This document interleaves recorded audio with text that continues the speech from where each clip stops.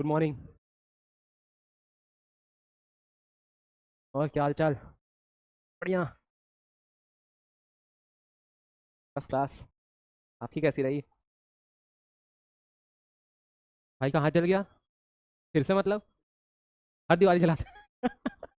आपके यहाँ पटाखे जलाने की रिवाज नहीं है, हाथ जलाने की रिवाज है। सुपर नेचुरल नहीं है, रिस्पॉन्सिबिलिटी है। लापरवाही बोलते हैं इसको।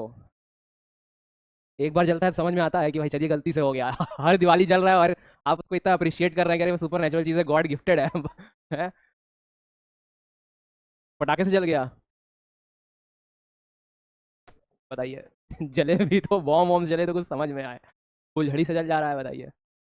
ठीक है, अब हाथ। चलिए।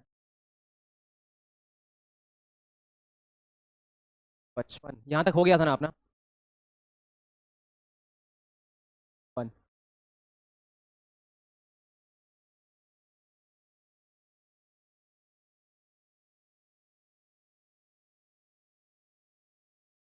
The reckoning date for the determination of the age of the juvenile is. Reckoning मतलब कि भाई किस दिन से काउंट किया जाएगा। डेट ऑफ ऑफेंस बराबर है। भाई जिस दिन आपने क्राइम किया है उस दिन आपकी एज क्या है? अगर मान लीजिए उस दिन आपकी 17 साल और 11 महीने हुए हैं तो भी आप जुवेनाइल में काउंट किए जाएंगे। ये नहीं कि भाई मान लीजिए 19 साल में आपका ट्रायल शुरू हो रहा है, तो ऐसा नहीं है कि ट्रायल के दिन से। जिस दिन ऑफेंस किया उस दिन आपकी एज क्या थी। फाइनल कन्विक्शन आपके किसी भी दिन हो उससे मतलब नहीं है। फाइनल कन्विक्शन मान लीजिए 21 में आ रहा है तो उस टाइम पे आपको जुवेनाइल कोर्ट भेजा जाएगा। क्यों भेजा जाएगा? क्योंकि आपने ऑफेंस किया था जब आप जुवेनाइल थे। ठीक है, ट्रायल और कन्विक्शन में हो सकता है 1-2 साल लग जाए, है ना? पर 18 तक जुवेनाइल में आते हैं। ठीक है, मैं ये कह रहा हूँ कि 17 साल की उम्र में कोई एक्ट किया, कोई क्राइम किया, ठीक है, 18 से पहले के जितने लोग हैं सब जुवेनाइल कहलाएंगे। ठीक है, तो अगर आपकी ट्रायल हो रही है, कन्विक्शन हो रहा है, जुवेनाइल जस्टिस बोर्ड में टाइम स्पैन दिया हुआ है कि कितने टाइम से कितने टाइम के बीच आपको ये पूरा ट्रायल और ये पूरा प्रोसीजर कंप्लीट करना है। ठीक है, तो लेट से मतलब आपने 17 साल 11 महीने में आपने कोई क्राइम किया तो भाई 1 महीने में तो आपका ट्रायल सब कुछ हो नहीं जाएगा। तो आपका ट्रायल होते होते आप 18 साल से ऊपर हो गए। ठीक है, तो अब तो आप हो गए मतलब नॉर्मल यंग एडल्ट की तरह, है ना? जुवेनाइल तो रह नहीं गए। अब आपको कन्विक्शन हो रहा है मान लीजिए 19 साल पे। तो आपको ऐसा नहीं है कि अब तो आप एडल्ट हो तो आपको एडल्ट वाली कन्विक्शन नहीं होगी, आपको जुवेनाइल वाली ही कन्विक्शन होगी। बिकॉज आपने जो ऑफेंस किया था वो आप तब किए थे जब आप जुवेनाइल थे। समझ में आई बात? चलिए 57।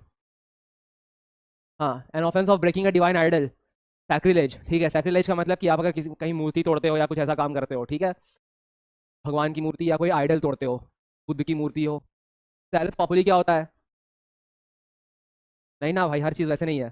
सैलस पॉपुली का मतलब है कि वेलफेयर ऑफ द पीपल। ठीक है, वेलफेयर ऑफ द पीपल, जहाँ पे भी एक वेलफेयर सोसाइटी होगी, ठीक है, वहाँ पे गवर्नमेंट का इन्वॉल्वमेंट कम होगा। गवर्नमेंट का प्राइवेट का गवर्नमेंट से इंटरेक्शन ज़्यादा होगा। ठीक है, मतलब कि बिजनेस टर्म्स में। जैसे कि भाई पहले क्या होता था कि सब कुछ गवर्नमेंट के कंट्रोल में था। पर अब क्या है कि भाई गवर्नमेंट जो है वो प्राइवेट इंडिविजुअल्स के साथ कॉन्ट्रैक्ट करती है, उनसे मेमोरेंडम साइन करती है, उन जैसे जोहो आपका एग्जांपल, भाई गवर्नमेंट ने पूरा उन पर शिफ्ट कर लिया। तो भाई है तो एक प्राइवेट कंपनी, कोई गवर्नमेंट का बैकअप तो है नहीं उसको। पर हाँ ये है कि भाई गवर्नमेंट ने उसको अडॉप्ट किया बिकॉज उसके ऐसे फीचर्स हैं या ये है। तो वेलफेयर सोसाइटी का यही मतलब है कि government day to day life में प्राइवेट इंडिविजुअल्स के साथ काम करे विदाउट एनी कंट्रोल। ठीक है, तो ये होता है आपका सेलेस पॉपुली। ब्लास्फेमी क्या होता है? ये ऑफेंस क्या होता है? हाँ, भगवान से रिलेटेड होता है। अगर आप भगवान के बारे में कुछ गलत ऑफेंसिव बातें कर रहे हैं, ठीक है, तो उस तरीके के, या फिर कोई ऑफेंसिव पिक्चर्स बना रहे हैं, तो इन सब रिलेटेड ऑफेंस जो है उसको हम ब्लास्फेमी बोलते हैं। ठीक है, क्लियर है? सैक्रिलेज का मतलब समझ ही गए आप लोग, आइडल तोड़ना। चलिए, ये इंस्ट्रक्शंस हैं। चलिए, ये है आपका क्वेश्चन 58।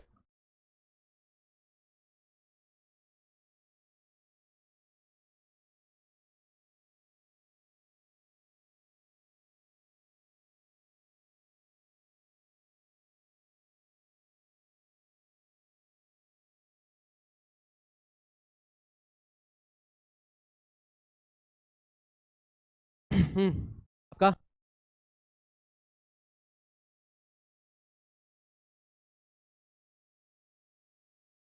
भाई यहाँ पे क्या लिखा है? प्रिंसिपल समझ लीजिए, प्रिंसिपल समझे आपको? Whosoever commits any act forbidden by the Indian Penal Code with a view to obtain the consent of any person to enter into an agreement, he cannot get the agreement enforced by law। मतलब क्या है कि भाई ऐसा कोई भी offence जिसके लिए आपने कंसेंट किसी की ले ली हो, ठीक है, करने के लिए कि ठीक है भाई ये एक ऑफेंस मैं करूँ, कर सकता हूँ या करूँ, और वो ऑफेंस इंडियन पेनल कोड में फॉरबिडन हो, मतलब कि भाई ऐसा क्राइम हो, ठीक है, तब अगर उसने नहीं किया, ठीक है, आपके साथ उसने डील कर लिया और उसने नहीं किया, तो आप उस ऑफेंस को इन्फोर्स नहीं करवा सकते हैं। ठीक है, जैसे कि अग्रीमेंट में है कि भाई मैंने आपसे अग्रीमेंट किया कि मैं ये आपको सेल करूंगा, नहीं किया तो आप कोर्ट जाके इन्फोर्स करवा सकते हैं। पर ऐसा नहीं कि मैंने कोई क्राइम करने के लिए आपसे अग्रीमेंट किया और मैंने नहीं किया तो आप वो जाकर के इन्फोर्स कराएंगे, यही मतलब है यहाँ तक का। ठीक है, he cannot get the agreement enforced by law, but the person whose consent has been so obtained may get the agreement enforced by law. The Indian Penal Code defines various offences and prescribes punishment thereof.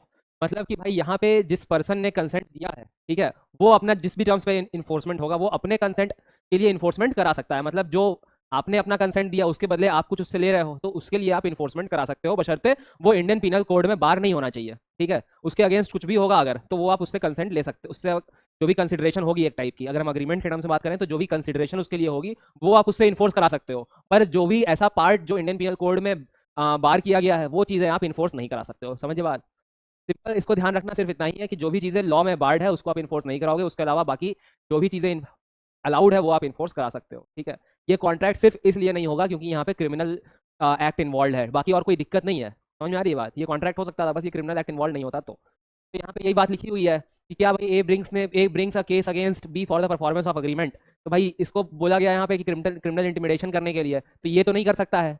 ठीक है, पर ए तो कर सकता है ना, sorry, A brings a case, तो B succeed हो जाएगा, भाई बी को मिलना चाहिए इन्फोर्समेंट का। समझाइए आपको, रिवर्स साइड से 58 का सी।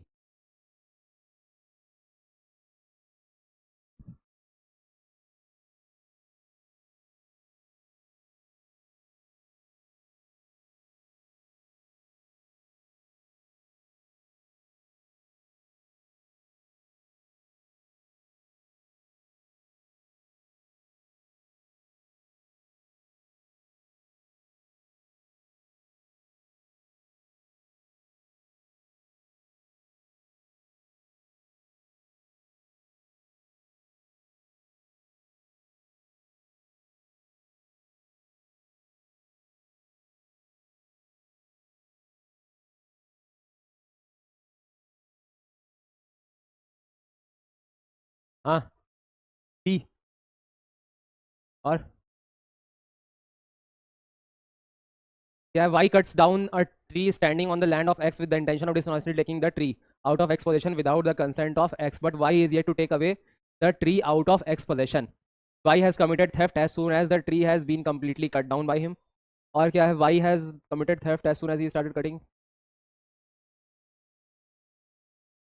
ठीक है, B option.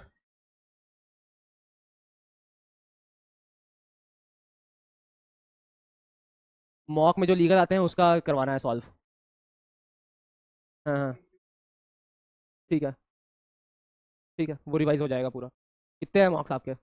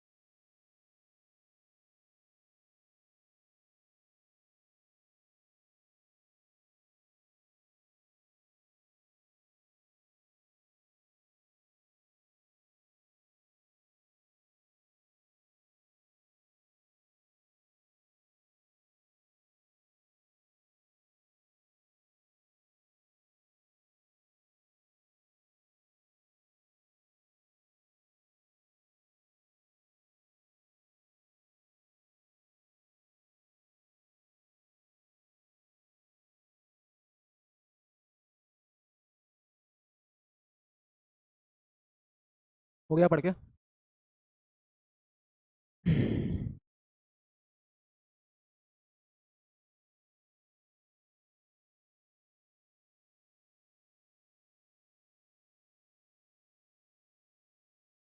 D, the boy has not committed the offence of kidnapping. क्यों, क्या एज है उसकी? हाँ,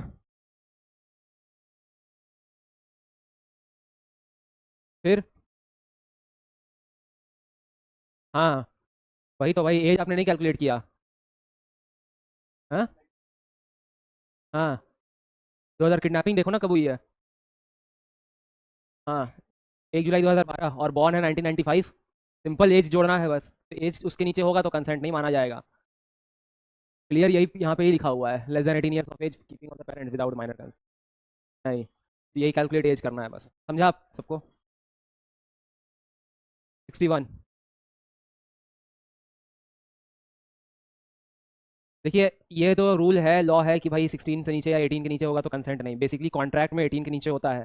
ठीक है, पर यहाँ पे एज सच अगर आपको प्रिंसिपल में 16 दिया है तो आप 16 पकड़िएगा, यहाँ पे 18 दिया था इसलिए हम 18 पकड़ेंगे। ठीक है, और दूसरी चीज़ की कभी कभी ऐसा भी होता है कि प्रिंसिपल में आपका कोई ऐसा एज नहीं दिया रहेगा, ठीक है, लेकिन फैक्ट में आपको दिया रहेगा बहुत सारी बातें, जिससे आपको ये समझ में आ जाएगा कि ये पर्सन जो है उसका इतना सफिशिएंट माइंड डेवलप है कि वो कुछ एक्ट कर सकता है या कि कुछ चीज़ों के लिए कंसेंट दे सकता है या कॉन्सिक्वेंसेस समझ रहा है। तो वो आपको क्वेश्चन का जो नेचर होगा ना वो पढ़ के समझ में आ जाएगा कि इसमें आपको उस माइनर को कन्विक्ट करना है कि नहीं करना है। ठीक है, मतलब जो सामने वाला पर्सन है जो कि अननोन है या जिसको नहीं पता है, या जो क्लेम कर रहा है कि वो माइनर है, तो उसको आपको क्लेम उसका डिस्क्लेम करना है। ठीक है, कब आपको कन्विक्शन करना है वो आपको नेचर क्वेश्चन का समझना पड़ेगा। 61। हाँ, ये होता है आपका सोडोमी का एक्ट। ठीक है,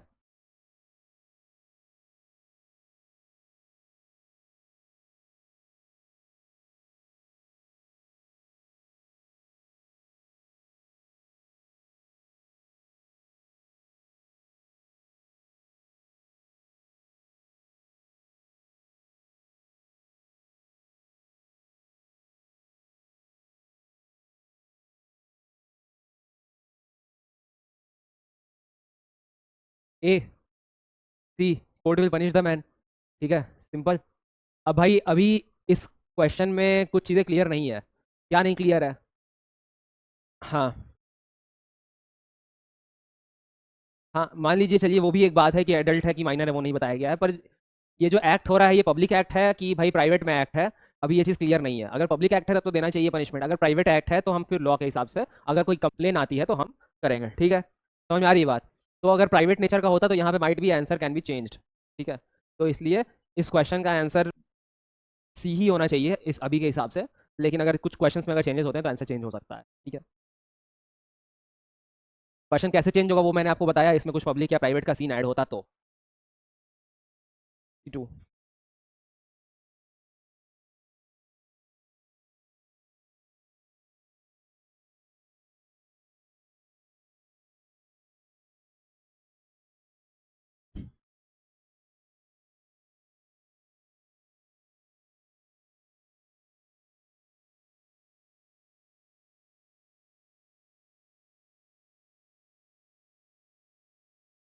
D.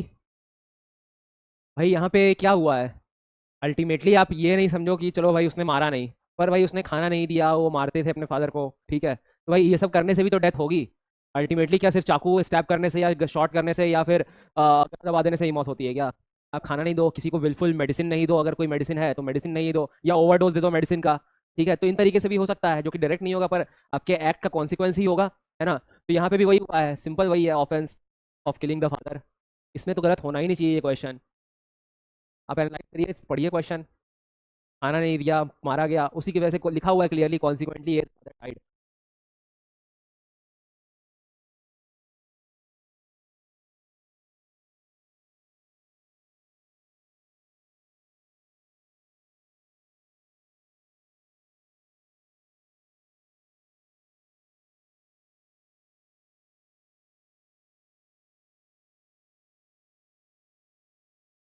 A has not committed the offense for on the last date of killing of B, A was minor.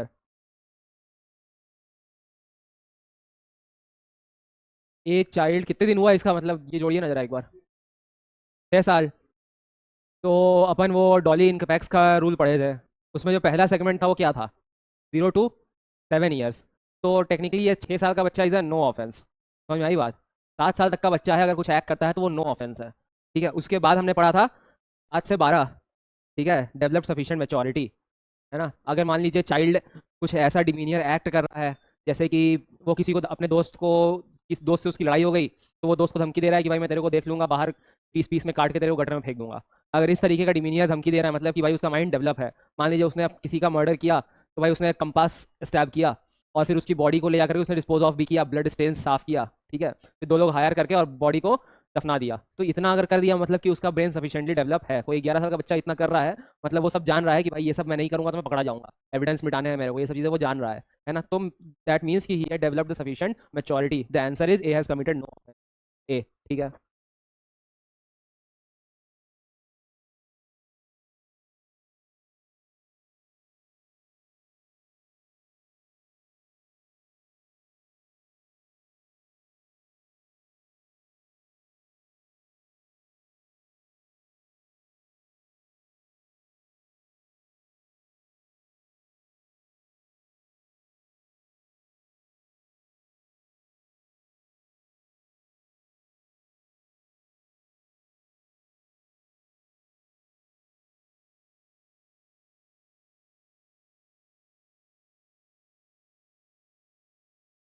Before.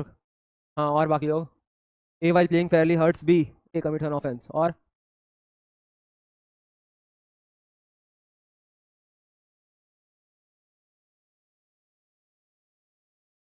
ये प्रिंसिपल हमने कहाँ देखा ये हमने मर्डर के एक्सेप्शन में पढ़ा था, है ना, कि कोई अपने ही कोई सुसाइड के लिए या फिर सामने वाले को खुद को हार्म करने के लिए अगर कंसेंट देता है तो उसको हम ऑफेंस नहीं मानते हैं, ठीक है। पर यहाँ पे भाई, अगर यहाँ पे सब कुछ सही जा रहा है, ऑनेस्टली खेला जा रहा है और तब हार्म किया जा रहा है डिसऑनेस्ट इंटेंशन से या किसी को हार्म करने के इंटेंशन से, तो भाई यहाँ पे तो हमको ऑफेंस के लिए पनिश करना पड़ेगा। समझ में आ गई बात? तो A while playing fairly hurts B, A commits an offence. Clear है? एज 18 के ऊपर होनी चाहिए तभी। हाँ, लिखा हुआ है और है भी बात वो कि भाई 18 से ऊपर होगा तभी आपके कंसेंट का वैलिडेशन है, ठीक है भाई। कॉन्ट्रैक्ट भी अगर आप देखोगे तो भी आपको यही दिखेगा कि भाई 18 से ऊपर एज होना चाहिए, उसके पहले आप कॉन्ट्रैक्ट करने के लिए एलिजिबल नहीं हो, ठीक है। क्राइम में वही हो जाता है कि भाई आप कंसेंट देने के लिए एलिजिबल नहीं हो, और कॉन्ट्रैक्ट में हो जाता है कि भाई आप बेसिकली कॉन्ट्रैक्ट में एंटर करने के लिए एलिजिबल नहीं हो बिकॉज आपने सफिशिएंट माइंड डेवलप नहीं किया है।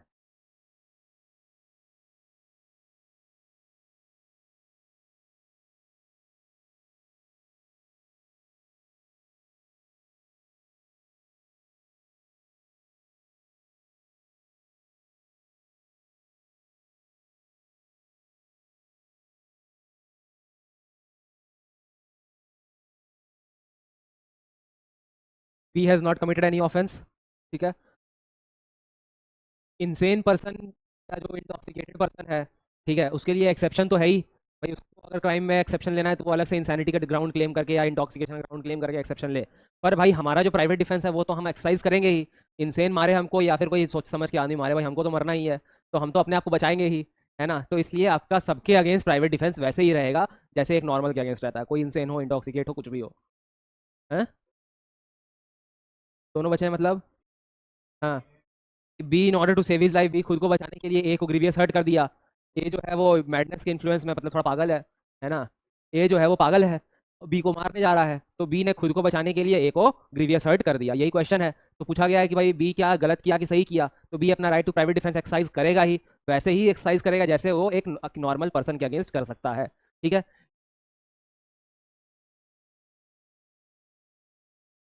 B has A has not committed an offence, है।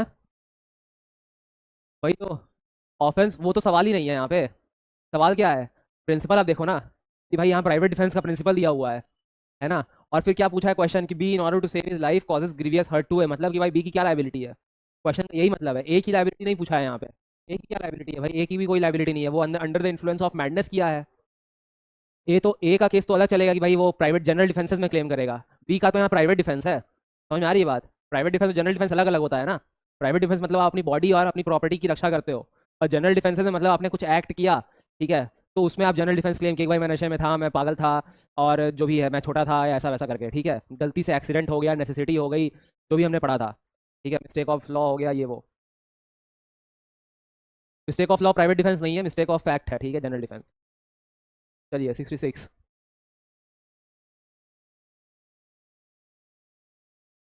पीछे का रिवाइज करिए नहीं तो भूल जाइएगा।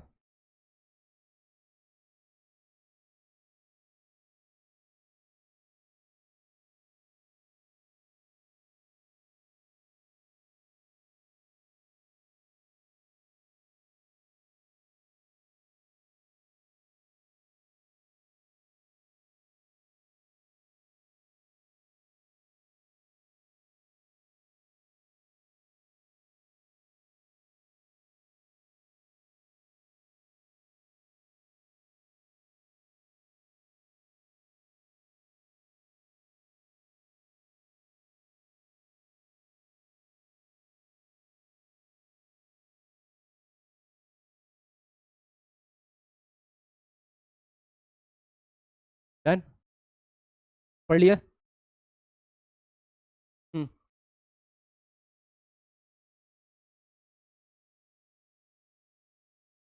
The professor has not committed any offence. बराबर। हम्म। देखिए प्राइवेट डिफेंस के भी जो लिमिटेशंस हैं, अगर आप उसमें एक्सरसाइज किए हैं तो आपको पनिशमेंट नहीं मिल सकती है। क्या लिमिटेशन है? जैसे कि भाई जो आपका थ्रेट है उसी के प्रोपोर्शनेट आपका एक्शन भी होना चाहिए। जैसे कि भाई मैं आपके पीछे अगर डंडा लेके दौड़ रहा हूँ, ठीक है, तो आप ये नहीं कि मेरे को डायरेक्टली बुलेट शॉट कर दीजिएगा।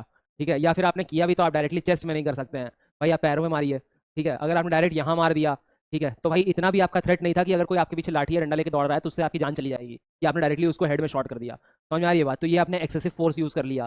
फिर जब आपका थ्रेट जो है वो आपका खत्म हो जाए, उसके बाद भी आप अगर प्राइवेट डिफेंस एक्सरसाइज कर रहे हैं, मान लीजिए मैं आपकी तरफ डंडा लेके दौड़ रहा हूँ, अब आपने एक ईंट उठा लिया तो मैं देख करके डर गया और मैं भागने लगा। ठीक है, अब स्टिल आपने वो ईंट चला के मेरे को मार दिया, तो ये आपने अपना प्राइवेट डिफेंस एक्सीड कर दिया। ठीक है, बिकॉज थ्रेट खत्म हो चुका था। As soon as I started running, threat comes to an end. ठीक है, फिर भी आपने एक्सरसाइज किया, ये हो गया। या फिर आपके पास पुलिस में या फिर अथॉरिटीज़ के पास जाने का टाइम था पर आपने नहीं गए। ठीक है, जैसे मान लीजिए आपको फ़ोन पे धमकी मिली कि भाई मैं आधे घंटे में आ रहा हूँ, तुझे देख लूंगा। अब आपके पास आधे घंटे टाइम है, पुलिस के पास आप जा सकते थे, पर आपने क्या सोचा कि अरे भाई इतनी बॉडी किस लिए बनाया हूँ, आएगा तो मैं भी देख लूंगा, है ना। तो अब आपने अपनी बल प्रदर्शन किया, ठीक है, तो इस टाइम पे आपको प्राइवेट डिफेंस का क्लेम नहीं मिलेगा। आप ये नहीं बोल सकते हो कि भाई वो आया मेरे को मारने इसलिए मैंने मारा। भाई आपके पास टाइम था, तो ये सारे सिनेरियोज आपको क्वेश्चन में दिए रहेंगे, इस हिसाब से आपको डिसाइड करना है। हम्म। देखिए जन हाँ, पनिशमेंट कम हो जाएगी या फिर नहीं मिलेगी, ये टोटली कोर्ट का डिस्क्रिप्शन है, कितने अच्छे से आपका वकील जो है वो आपका केस प्रेजेंट करता है। जनरल ये है कि भाई जो बर्डन है वो शिफ्ट हो जाता है जनरल डिफेंस या प्राइवेट डिफेंस में, फ्रॉम प्रोसिक्यूशन टू डिफेंस। ठीक है, प्रोसिक्यूशन मतलब जो आपको पनिशमेंट दिलवाएगा। पनिशमेंट कौन दिलवाएगा आपको क्राइम के केस में? स्टेट। ठीक है, तो स्टेट तो हमेशा यही चाहेगा कि आपका केस जो है वो जनरल डिफेंस या प्राइवेट डिफेंस में ना आए। ठीक है, ताकि आपको फुल पनिशमेंट हो। ठीक है, लेकिन अगर आपको खुद को बचाना है, मतलब डिफेंस को अगर खुद को बचाना है, तो वो तो यही चाहेगा कि भाई मेरा डिफेंस केस उसमें डिफेंस में आ जाए। तो ये अब आपके ऊपर बर्डन है, जो क्राइम किया है उसके ऊपर बर्डन है कि वो कैसे अपने केस को किसी भी जनरल डिफेंस या प्राइवेट डिफेंस में फिट कर देगा।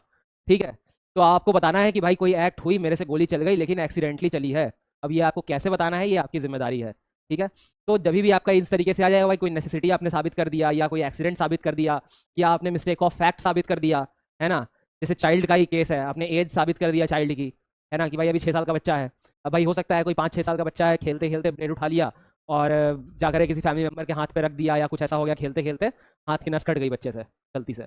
ठीक है, तो क्या दैट मीन्स कि भाई बच्चा जो है अभी भी ऑफेंस नहीं कमिट किया है, he has committed no offence as per law. तो ये आपको इस तरीके से ध्यान देना है। समझ में आ गई बात? 66 हो गया। हाँ, प्राइवेट डिफेंस में ये है कि भाई आप कभी भी सामने से खुद से इनिशिएट करके लड़ाई और फिर प्राइवेट डिफेंस एक्सरसाइज नहीं कर सकते हैं।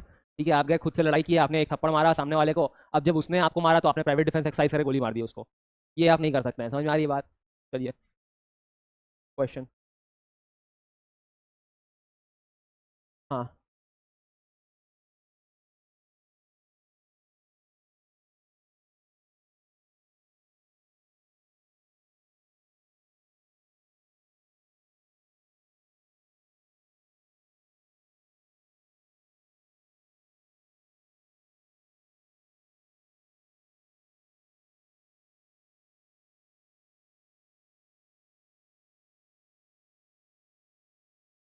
ए हैज कमिटेड नो ऑफेंस।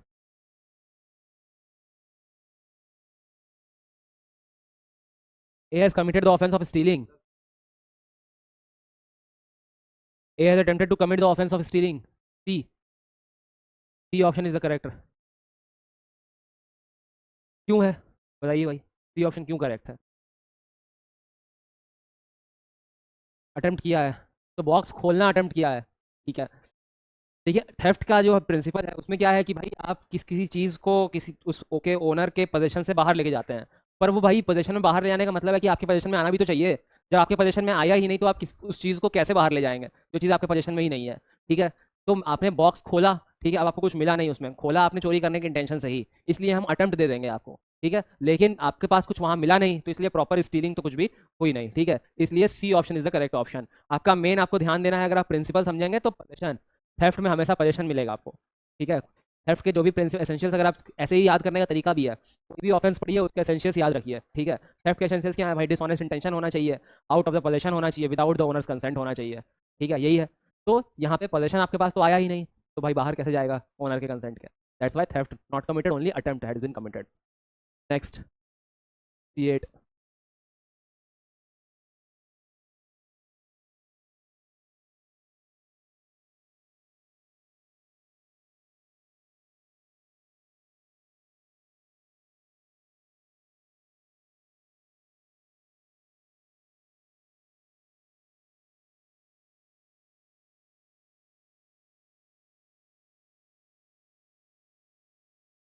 ए,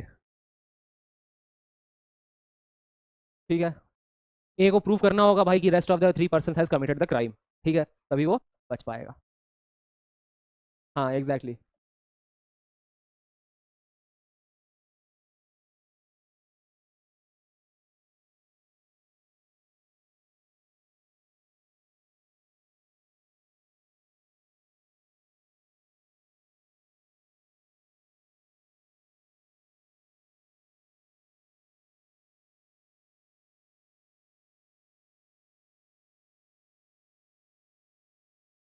ये हो चुका है.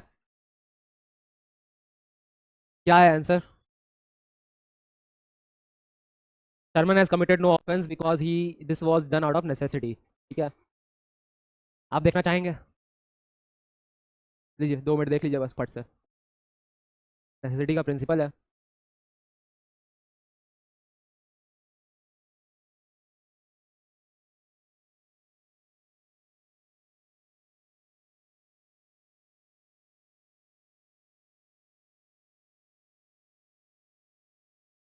हो गया.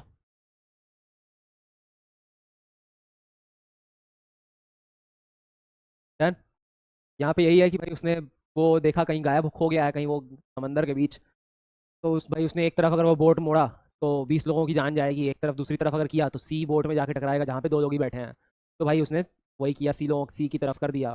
तो भाई क्या वो कमिट किया है ऑफेंस? उसको पनिशमेंट नहीं मिलेगी बिकॉज नेसेसिटी का वो डिफेंस क्लेम कर लेगा. यही केस है क्या आपको? चलिए, रीडिंग हैबिट बढ़ाइए. बहुत कम रीड कर रहे हो आप, इसका मतलब. सिर्फ फास्ट रीडिंग से भी ऐसा नहीं है कि सिर्फ फास्ट रीड कर लिए तो हो जाएगा, समझना भी चाहिए उसी हिसाब से.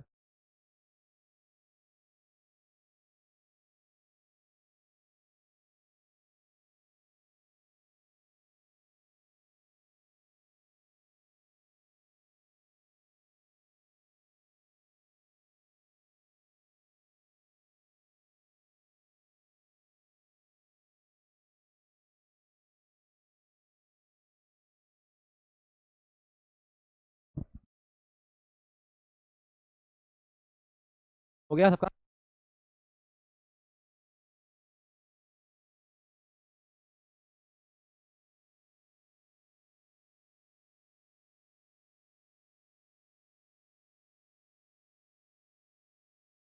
सी.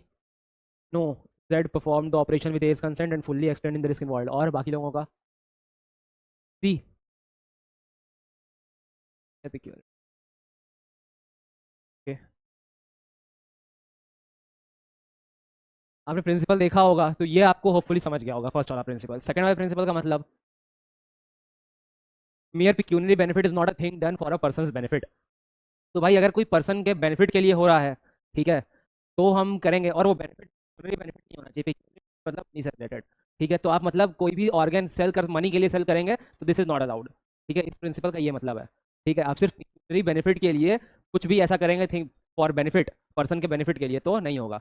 समझ रहे हो? ये अपना किडनी क्यों सेल कर रहा है? हाँ. नहीं, फ्री में नहीं दे दो. निकालने नहीं, नीड है अगर किसी को तो आप दे सकते हो. यहाँ फ्री और पैसे की बात नहीं है. आप सेल करोगे और पैसे के लिए कि भाई मेरे को थोड़े पैसे चाहिए, बेच करके पैसे ले आऊंगा, इसलिए नहीं कर सकते हो आप. ठीक है, आप अपने बॉडी ऑर्गन्स पैसे के लिए नहीं सेल कर सकते हो. सिंपल. ऑर्गन डोनेट कर रहे हो एक तरीका ये हो सकता है, तो वो तो भाई कंप्लीटली लीगल है. आपने अपने ऑर्गन डोनेट करने की दिया. लेकिन आप जीते जी अपना बॉडी ऑर्गन सेल कर रहे हो जस्ट फॉर मनी, तो ये आप चीज़ें नहीं हो सकती है. ठीक है. आप ये मत सोचो कि भाई कोई पर्सन है किसी को नीड है तो मैंने अपना दे दिया ऑर्गन. भले उसके लिए लोग पैसे लेते हैं, वो गलत चीज़ है. बट वो एक्चुअली में अलाउड होता नहीं है. ठीक है, वो जनरली एक डोनेशन ही होता है. ठीक है, लोगों हाँ वॉलेंट्री आप फैमिली मेम्बर्स को ही डोनेट कर सकते हो, वो भी आपके डेथ के बाद. ठीक है, ये सब जो ऑर्गन डोनेशन हो जाता है ये सब इलीगल होता है. ठीक है, तो इस प्रिंसिपल की वजह से यहाँ पे दिया हुआ है option yes, removing kidney for money is not an act protected by this exception. B option is the correct option. ठीक है, बराबर. चलिए, 21।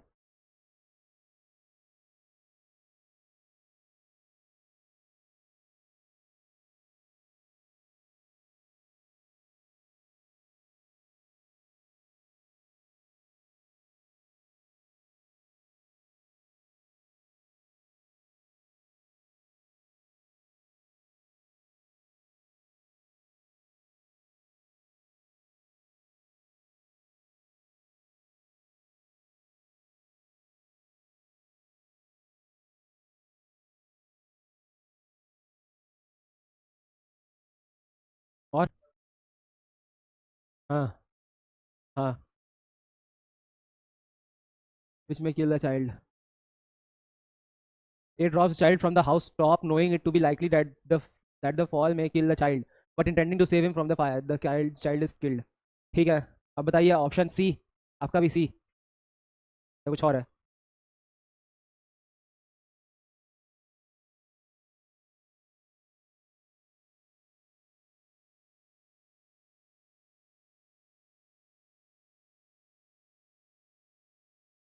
बताइए सर कुछ है। हाँ ना, कुछ बोलिएगा। C option.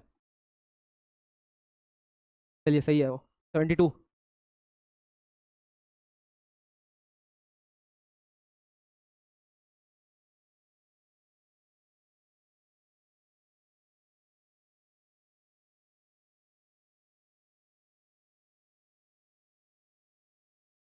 ए। डी।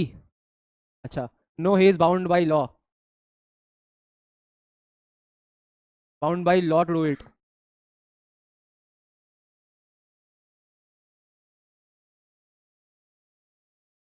जो उसका सुपीरियर ऑर्डर है वो एक तरीके का लॉ ही है, ठीक है। उसको आपको वही कंसिडर करना है कि भाई उसने अगर ऑर्डर दिया है तो वो उसका ऑर्डर एक तरीके से लॉ से अलाइन नहीं होगा। ठीक है। वो अनलॉफुल ऑर्डर्स नहीं देगा, अनलॉफुल ऑर्डर्स को आपको फॉलो भी नहीं करना है। ठीक है। तो he is bound by law to do it. 23।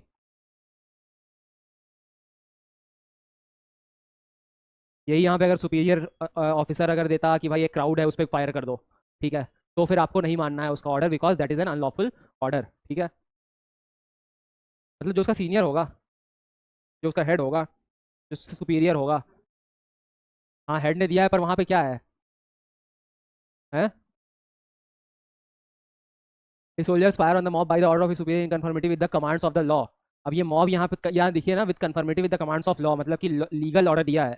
ठीक है, तब हमको समझ जाना है कि जो मॉब होगा वो इलीगल मॉब होगी। वो कुछ इलीगल लोग होंगे, कुछ टेररिस्ट होंगे, कुछ भी हो सकता है। ठीक है। उस पर ऑर्डर दिया गया है। मतलब क्यों हम ऐसा समझेंगे? क्योंकि लिखा हुआ है इन conformity with the commands of law, मतलब कि वो लॉ से अलाइंड है। ठीक है। चलिए। 3।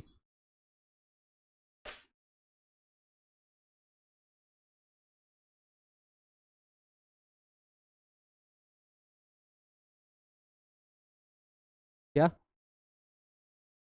Yes, the constituent elements of theft are satisfied in the case. क्या भाई, एलिमेंट को क्या क्या है? थेफ्ट में सबसे इंपॉर्टेंट एलिमेंट क्या है? ठीक है। और इंटेंशन कैसा होना चाहिए? डिसऑनेस्ट इंटेंशन होना चाहिए। यहाँ पे कहीं लिखा हुआ है क्या डिसऑनेस्ट इंटेंशन? हमेशा यहाँ पे तो गुड फेथ लिखा हुआ है, मतलब कि उसका इंटेंशन अच्छा था। थेफ्ट में डिसऑनेस्ट इंटेंशन होना चाहिए। इंग्रेडिएंट नहीं सेटिस्फाई किया तो ये तो नहीं होगा। हाँ, पर नहीं, अगर सेटिस्फाई हो रहा है एक कंडीशन, पूरा तीनों के तीन कंडीशन अगर फुलफिल होंगे तो ही थेफ्ट होगा। एक भी अगर नहीं होगा फुलफिल तो थेफ्ट नहीं होगा, सीधी सी बात है। और भी हो सकता है। ठीक है। तो भाई यहाँ पे no, because he did not have a dishonest intention. समझा आपको? A option is the correct one. ठीक है। बिकॉज भाई उसने सब अच्छे बिलीफ में ही किया, उसको यही लगा कि वो प्रॉपर्टी उसकी है। उसका प्रॉपर्टी चोरी करने का इरादा नहीं था, इसीलिए तो क्राइम में इंटेंशन बहुत मैटर करता है ना। एक इंटेंशन से यहाँ पूरा केस बदल जाएगा। अगर यहाँ डिसऑनेस्ट इंटेंशन दिया होता तो ये क्लियरली थेफ्ट का केस था, है ना, या कन्वर्जन टू ओन यूज के लिए हो जाता। ठीक है। बट क्योंकि वहां पे गुड फेथ है, this is a clear case of not theft.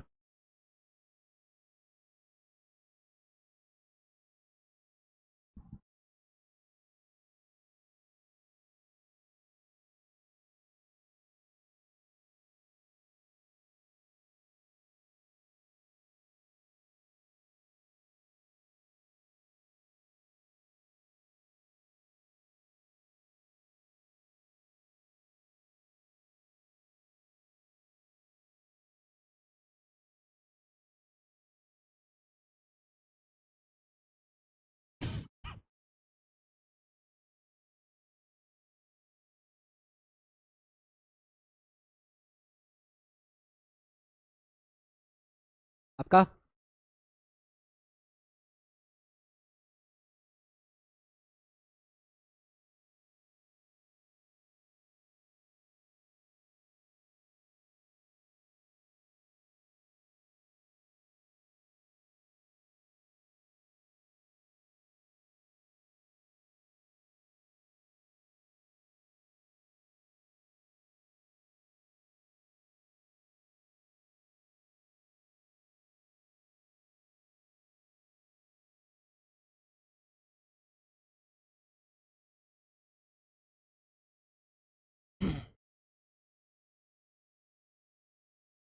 Yes, because there existed a mala fide intention.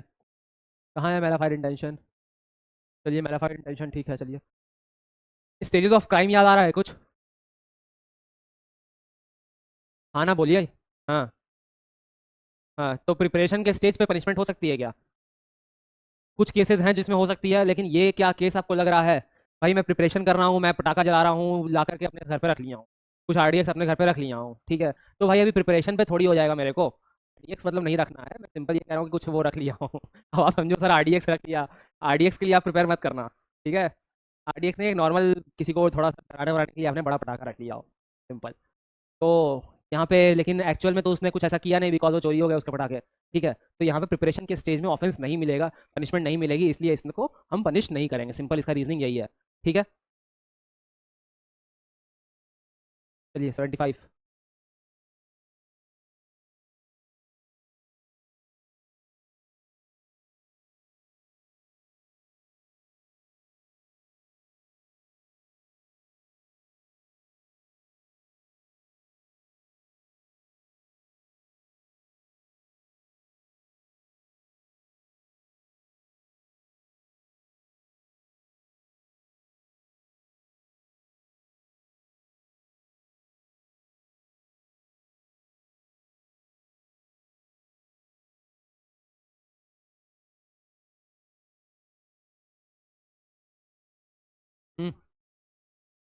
बताइए answer.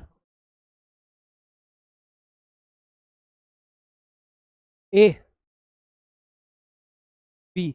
No, because law does not account for trivial things. अच्छा, ठीक है। और no, because there was no mala fide intention, ठीक है। और आपका? D. No, there because there was no mala fide intention, ठीक है। यही होना भी चाहिए, है ना। क्योंकि भाई यहाँ पे फायर क्रैकर्स बर्न किया है इसने, किसी को अनॉय करने के लिए नहीं, ठीक है। अब भाई उसकी आवाज़ से उसका जो डॉग है वो डर जाता है, या उसके डर भौंकने की वजह से कोई उसका भाई डर जाता है, तो ये सब काम नहीं करेंगे, क्योंकि उसका इंटेंशन ऐसा नहीं था, ठीक है। फायर क्रैकर्स बर्न करना किसी को डराने का इंटेंशन नहीं है अगर, तो भाई यहाँ पे हम उसको ऑफेंस नहीं बनाएंगे।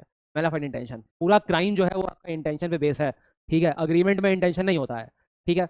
भाई आपने अग्रीमेंट करा, उस टाइम पे आपका इंटेंशन था कि आप हाउस परचेज करोगे, लेकिन भाई आपके पैसे अरेंज नहीं हो पाए, तो आपने हाउस नहीं परचेज किया, आपने कॉन्ट्रैक्ट तोड़ दिया, तो यहाँ पे हम आपको फिर भी जो पेनल्टी होगी, जो फाइन होगी, वो आपको देना पड़ेगा, बिकॉज भले ही आपका इंटेंशन ना हो, in agreement intention is does not matters, ठीक है। बट क्राइम में बहुत इंपॉर्टेंट है इंटेंशन, पूरा इंटेंशन के बेसिस पे ही आपको पनिशमेंट होगी कि नहीं होगी, आपका केस जनरल में आएगा या फिर कोई डिफेंस में आएगा, ये डिसाइड होता है, ठीक है। जहां भी डिफेंस में आपका केस आ रहा होगा, वहां आपको ये प्रूव करना होगा कि भैया आपसे क्राइम हुआ है, लेकिन गुड फेथ में हुआ है, ठीक है। आपका कोई bad intention, mala fide intention, guilty intention नहीं था। समझ में आ रही है बात? तो intention is the essence of crime. No, because there was no mala fide intention. 76।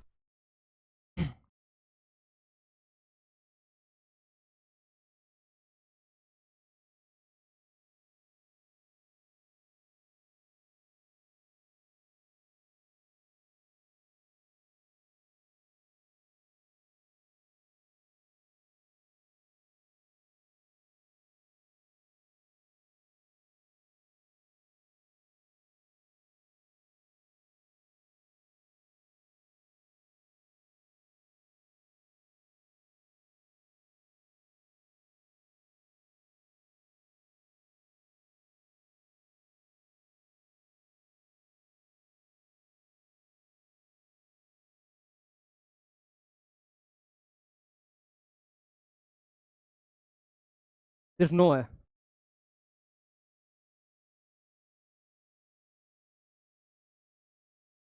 क्या लिखा है? Boy of 16 years was convicted of house trespass and theft. He was sentenced to imprisonment for 6 months and fine was also imposed. After the judgment, the Probation of Offenders Act came into force.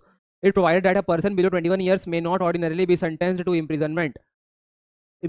Now the boy claims the benefit of this act. Should he get it? तो भाई answer होना चाहिए no. ठीक है, because भाई जिस time पे आपकी पनिशमेंट थी, ठीक है, वो आप पनिशमेंट अब बढ़ जाएगी अगर, तो वो आप पे अप्लाई नहीं होगी, लेकिन उस टाइम पे जो पनिशमेंट थी वो आप पे चलती रहेगी। 6 महीने की पनिशमेंट जो है वो आपको फुलफिल करना ही है। जिस टाइम पे आपने किया है क्राइम, उस टाइम पे कोई भी लॉ एग्जिस्टेंस में नहीं था। ठीक है, समझ में आ रही है बात? हाँ, बेनिफिट मिलेगा। हाँ, the rule of beneficial interpretation requires that the benefit of ex post facto law can be applied to reduce his sentence. भाई आपका इन्फोर्समेंट जो है वो भी तो देखना है। आपके जजमेंट आने के बाद आया है प्रोबेशन ऑफ ऑफेंडर, और क्वेश्चन में ये कहीं नहीं लिखा हुआ है कि ये लॉ जो है वो एक्स पोस्ट फैक्टो अप्लाई होगा कि नहीं होगा। कहीं क्वेश्चन में लिखा हुआ है एक्स पोस्ट फैक्टो का मतलब क्या है? अगर कोई लॉ को अप्लाई आपको प्रीवियस डेट से करवाना है तो उसको एक्स पोस्ट फैक्टो लॉ बोलते हैं। ठीक है, तो जब भी कोई लॉ को आपको प्रीवियस डेट से अप्लाई करवाना होता है तो उस लॉ में स्पेसिफिकली लिखा होता है कि भैया ये जो लॉ है ये इस प्रीवियस डेट से भी एप्लीकेबल हो सकता है। यहाँ पे कहीं लिखा हुआ नहीं था, इसलिए वो प्रीवियस डेट पे एप्लीकेबल नहीं होगा। समझ में आ रही है बात? क्लियर है? इंदिरा साहनी का हमने जजमेंट पढ़ा था, उस टाइम पे हुआ कि भाई जो क्रीमी लेयर आया और 50% का रिजर्वेशन कैप हो गया, है ना? वो लेकिन उस टाइम पे जो भी केसेस रिजर्वेशन के चल रहे थे, अगर उस टाइम पे हम अप्लाई कर देते तुरंत के तुरंत वो जजमेंट, तो बहुत क्योस हो जाता। ठीक है, इसलिए हमने वो जजमेंट को रेट्रोस्पेक्टिव एप्लीकेशन नहीं किया, उसका हमने प्रोस्पेक्टिव एप्लीकेशन किया। प्रोस्पेक्टिव एप्लीकेशन का मतलब कि भाई आगे की डेट से, फ्यूचर डेट से, मतलब 5 साल आगे से हमने डिसाइड किया कि भैया आज जजमेंट भले ही आ गया हो लेकिन 5 साल बाद की डेट से हम इसको एप्लीकेबल करेंगे। क्यों ऐसा हुआ? क्योंकि भाई जो ऑनगोइंग केसेस चल रहे थे वो नॉर्मली पहले के लॉ के हिसाब से ही चले। ठीक है, क्योंकि वो केस तब इंस्टीट्यूट हुए थे जब वो 50% वाला रूल नहीं आया था। ठीक है, 77।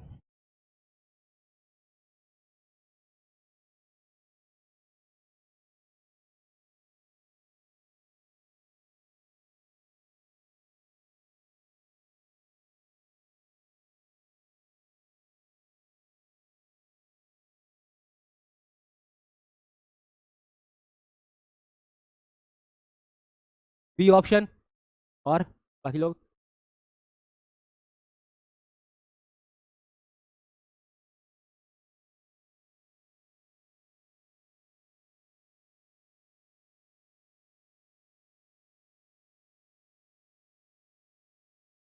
बोलिए, क्या है क्वेश्चन, समझा आपको? हाँ ना, कुछ तो बोलिए।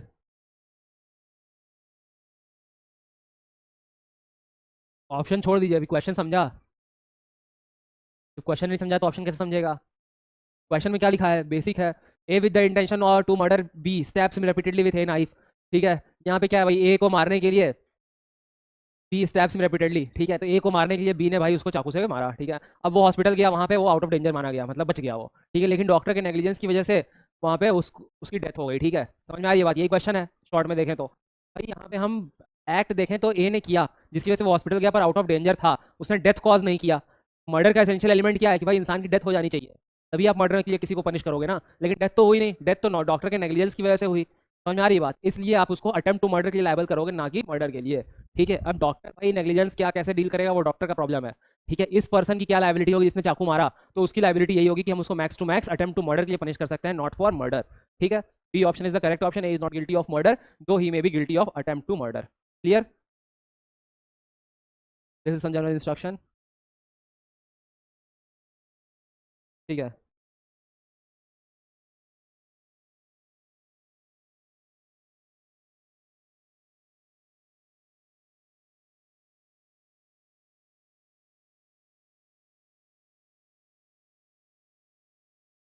B option, A option, D. हाँ बी, सबका है बी। ठीक है, यहाँ पे भाई पुलिस ऑफिसर है, कोई ऐसा पर्सन है जो मर्डर किया है। ठीक है, murder is a cognizable offence. ठीक है, तो कॉग्निजेबल नॉन कॉग्निजेबल का मतलब पता है? ठीक है, जो भी हीनियस 7 साल से ऊपर की पनिशमेंट्स वाली ऑफेंसेस हैं सब कॉग्निजेबल है। ठीक है,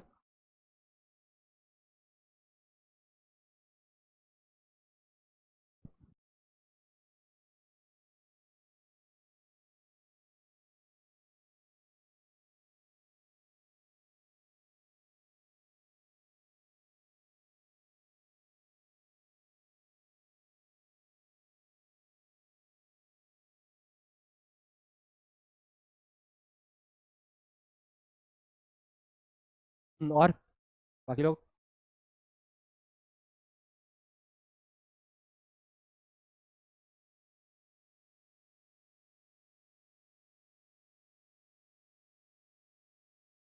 सही है। Roshan along with Tushar and Tarang. ठीक है। तो ये आपको समझा, criminal intention, common object, common intention वाली चीज। ठीक है। वही प्रिंसिपल इन्वॉल्व है। C option is the correct one. 80।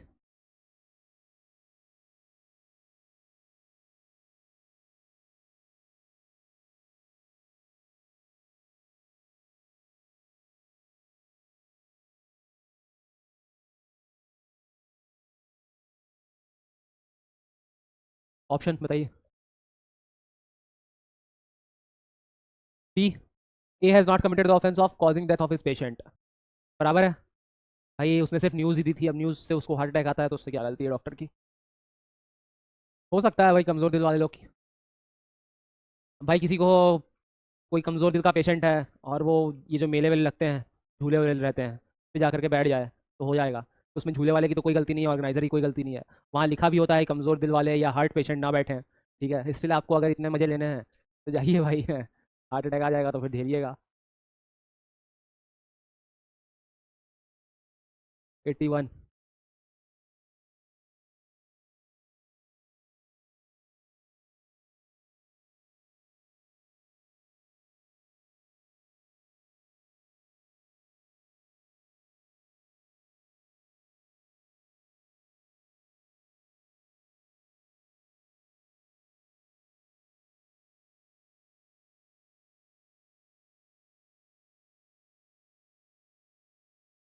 B, Sawant is guilty of the offence of furnishing false information to the magistrate. और भाई बाकी लोग, आपका आपका। बी। जी। क्लियर क्वेश्चन है, ज़्यादा टफ तो है नहीं।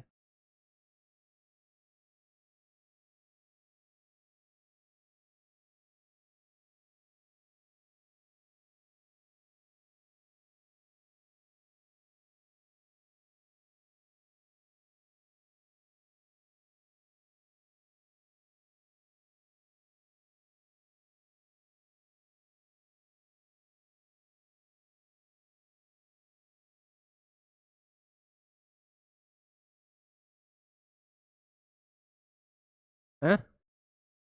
क्या? खांसने से भी जाता है? खून आता है खांसी में, वो अलग बात है, पर डिजीज़ तो खांसने से या छींकने से ही होती है, स्नीजिंग से होती है। कॉलेरा ट्रांसमिटेबल डिजीज़ है। ये ऑप्शन नेग्लिजेंट है।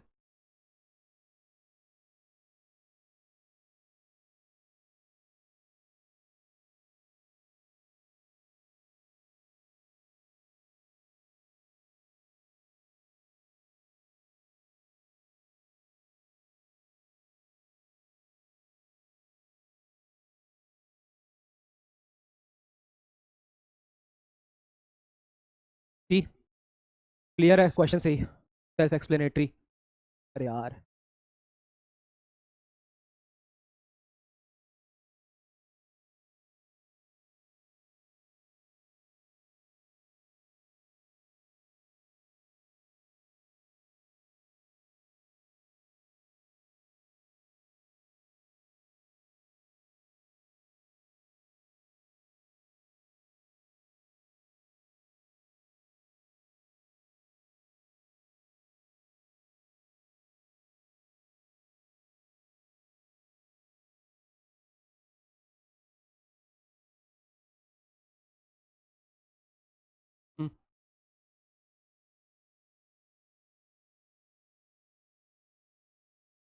ए, he has committed the offense of culpable homicide। और बाकी लोग?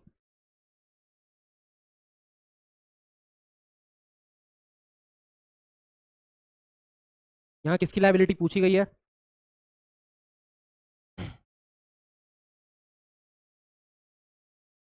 whoever causes death by doing an act with the intention of causing death or with the intention of causing such bodily injury or knowledge, he commits the offense of culpable homicide।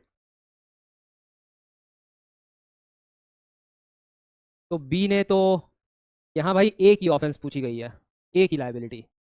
ठीक है। भाई आप question अगर पढ़ेंगे, क्या लिखा है? A knows Z to be behind a bush, he does not know it. It A intending to cause or knowing it to be likely to cause जेड्स डेथ। मतलब कि इस सेंटेंस का मतलब है कि कल्पेबल होमिसाइड का जो इंटेंशन है जो सामने वाले पर्सन के होमिसाइड का इंटेंशन बेसिकली है वो ए का है ना। हाँ, तो चलवाई खुद चलाई तो नहीं ना, उसने तो मर्डर नहीं कमिट किया ना।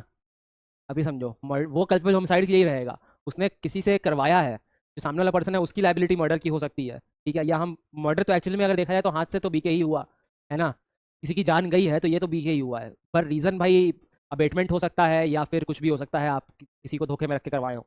पर भाई ए की लाइबिलिटी क्या है, तो मर्डर तो नहीं हो सकती है, उसके लिए हम अबेटमेंट ऑफ मर्डर के लिए पढ़े हैं हमने, किसी को मर्डर के लिए उकसाना। ठीक है, किसी को सुसाइड के लिए उकसाना, अबेटमेंट ऑफ सुसाइड, है ना। तो ए ने वही किया है, बी को कुछ बोला है और इन्फ्लुएंस किया है, समझाया बुझाया है और गोली चलवाई है। तो हमको ए की लाइबिलिटी यहाँ पे फिक्स करनी है। क्वेश्चन समझ रहा है आपको?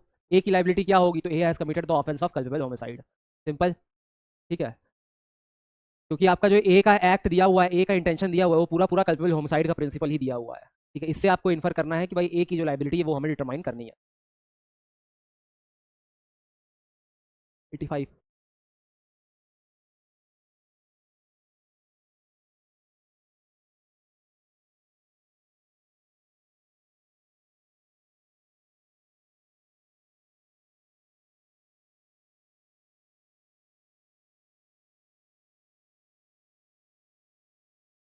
बताइए अर्जुन जी।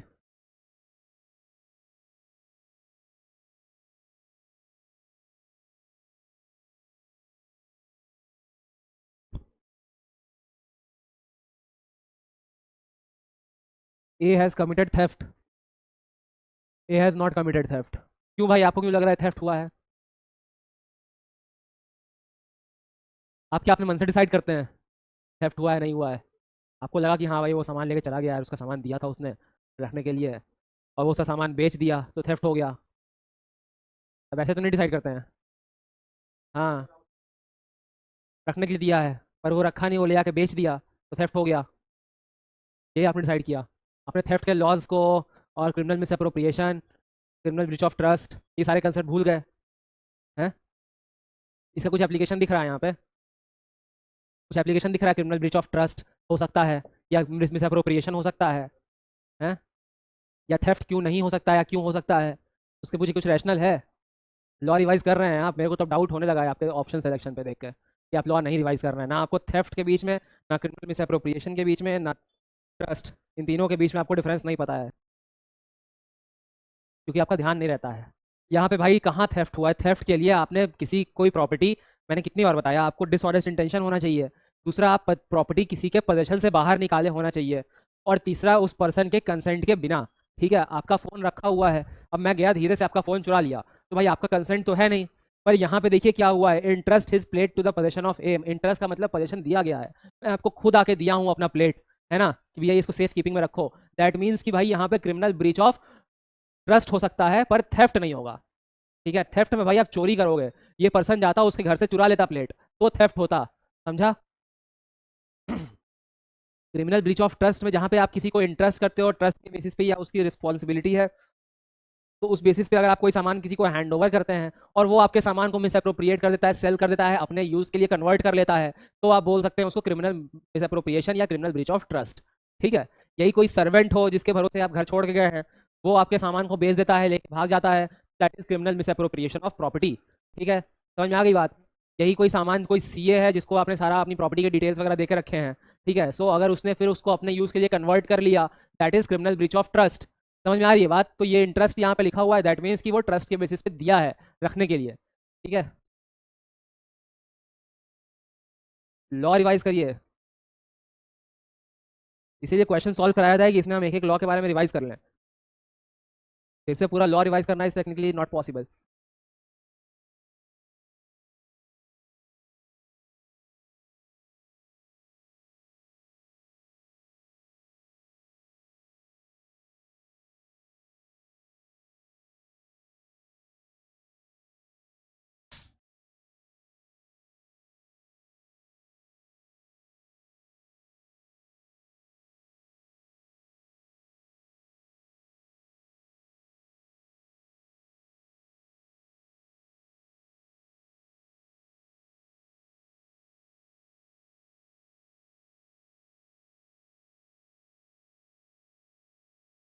एक्स विदाउट जेड्स authority affixes Z seal, principle समझ गया, ठीक है। Z seal to a document purporting to be a conveyance of state from Z to A with the intention of selling the state to B and thereby obtaining the B to purchase money. यहाँ पे क्या देखिए भाई, ये Z की बिना permission से, Z को अथॉरिटी मान लीजिए होगा, ठीक है। ए ने बिना जेड की परमिशन से जेड का सील अपने डॉक्यूमेंट पे लगा लिया, ठीक है। और purporting to be convenience of state from Z to A, मतलब कि भाई जेड के नाम से कोई डॉक्यूमेंट बनाया गया, ए ने बनाया, उस पर जेड का सील लगा दिया, जेड का सील मतलब साइन मोहर लगा दिया गया, ठीक है, जो कि प्रॉपर्टी जेड की ही है। अब भाई इससे क्या किया, इसने वो प्रॉपर्टी जो है वो बी को सेल कर देना चाहा, ठीक है। उसका इंटेंशन ये सब करने का यही था कि वो जेड की प्रॉपर्टी को बी को सेल कर दे, ठीक है। तो ये क्लियर केस फ्रॉड किया उसने, नकली पेपर्स बनवाए, जेड के सील को गलत तरीके से यूज किया बिना उसको बताए, ताकि वो जेड की प्रॉपर्टी को बी को सेल कर दे। ए तो ऑथराइज्ड है नहीं सेल करने के लिए, जेड की प्रॉपर्टी है तो जेड ही सेल कर पाएगा। ए ने झूठ बोल करके उससे बिना बताए उसका सील यूज किया और उसकी प्रॉपर्टी को बेचना चाहा बी को। कन्वेंस ऑफ ई स्टेट मतलब कि सेल करेगा उसका ई स्टेट, ई स्टेट मतलब उसकी प्रॉपर्टी, ठीक है। तो उसकी कन्वेंस मतलब ट्रांसफर, ठीक है। तो वो उसकी प्रॉपर्टी को ट्रांसफर कर देगा फ्रॉम जेड टू ए, ठीक है, अपने यूज के लिए ट्रांसफर कर लेगा और फिर वो आगे बी को बेच देगा with the intention of selling the estate to B, ठीक है। समझ में आ रही है बात? Simple, it is a clear case of forgery, ठीक है। तो A has committed forgery, C option.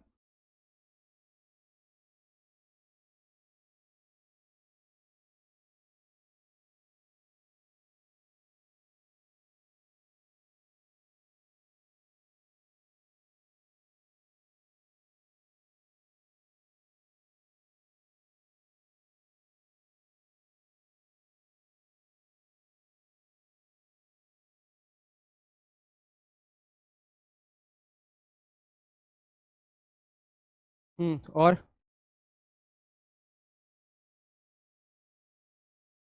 बताइए।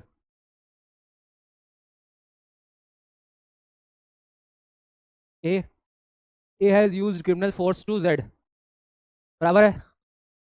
पेलेंक्विन मतलब समझे आप? अ काइंड ऑफ, वो जो पहले के ज़माने में वो होता था ना, जिसपे वो पहले बारात वारात निकलती थी, वो कंधे पे उठा के ले आते थे, उसको क्या बोलते हैं, डोली, उसको बेसिकली पेलेंक्विन बोलते हैं।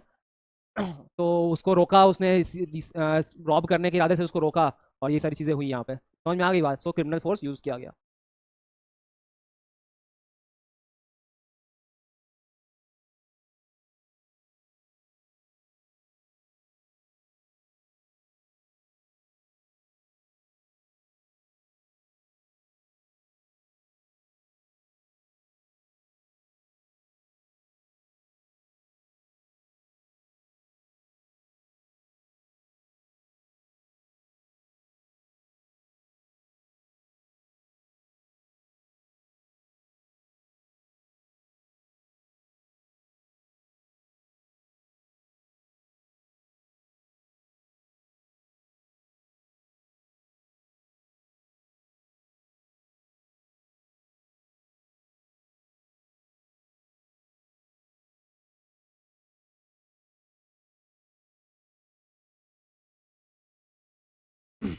हो गया पढ़ के? यस।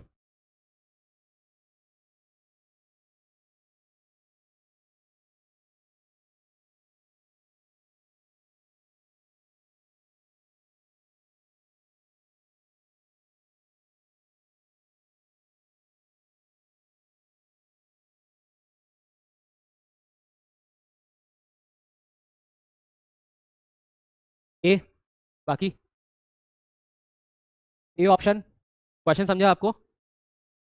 ऑफेंस जहाँ पे भी हुआ है भाई, ऑफेंस तो इंडिया में ही हुआ है, क्योंकि जो चीटिंग हुई है ये तो इंडिया में ही हुई है, इसलिए सेक्शन 420 लग जाएगी।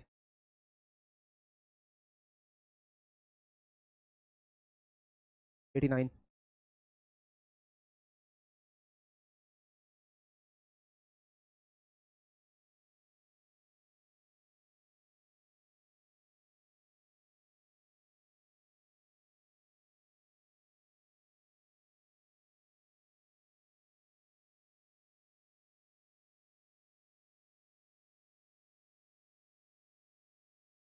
बताइए answer. None of them can be charge with criminal conspiracy to kill D. हाँ आपका भी है ना, वो समझिए, आपका डी है ना। हाँ। क्या है question? X Y and Z plan to kill D, they agree that only one among them, that will that is Z, will execute the plan. In pursuance of it, Zed buys a gun and loads it. है ना। और क्या लिखा है, principal भी पढ़ लेते हैं एक बार। व्हेन टू और मोर पर्सन अग्रीज टू, तो यहाँ पे टू और मोर तो हो गए, 3 लोग हैं भाई। To do an act or cause to be done an illegal act or act which is not legally by illegal means, so such an agreement such person are said to have been engaged in a criminal conspiracy to commit an offense. It is said that need no consummation of the crime need be achieved or even attempted. क्या, तो भाई यहाँ पे लिखा हुआ है कि attempt भी नहीं होना चाहिए। अगर अटेम्प्ट भी किया गया है तो भी क्रिमिनल कॉन्स्पिरेसी हम मान लेंगे। यहाँ पे गन लाया, लोड किया उस प्लान को एग्जीक्यूट करने के लिए, तो भाई यहाँ पे तो हो गया ना क्रिमिनल कॉन्स्पिरेसी। चारों लोग हो गए ना, 3 लोग हैं, तीनों लोग लायबल हो जाएंगे, क्योंकि भाई तीनों का इंटेंशन तो यही था और तीनों ने म्यूचुअली डिसाइड किया कि हाँ भाई जेड जो है वो जाएगा करने। तो भाई यहाँ पे एक्स कहाँ गया, all of them X Y Z can be charge with criminal conspiracy to kill D. B option is the correct option. ठीक है, समझा आप लोगों को। हाँ,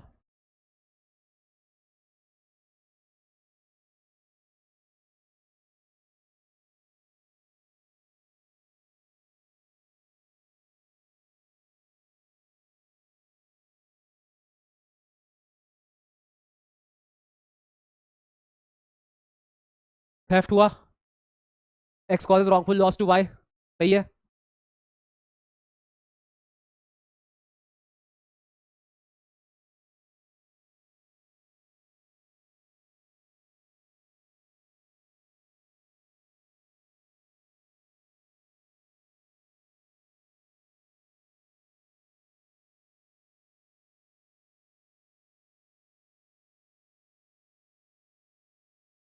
क्या है आंसर?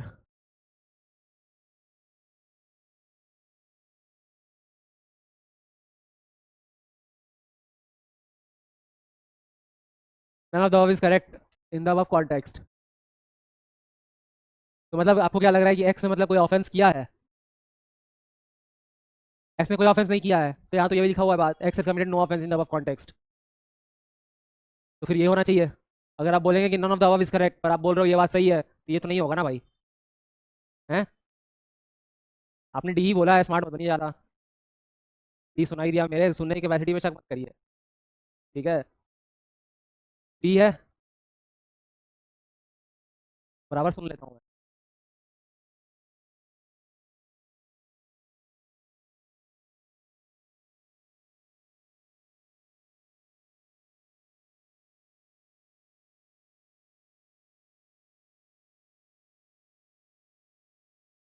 यहाँ वाई की लाइबिलिटी फिक्स करनी है। ए ऑप्शन बताइए। 2 लाइन का क्वेश्चन है, 2 लाइन भी नहीं है जैसे, समझा आपको। वो भले ही किसी भी इन्फ्लुएंस में हो, मैडनेस में हो, कुछ भी हो, यही वाला क्वेश्चन पहले भी अपन देख चुके हैं।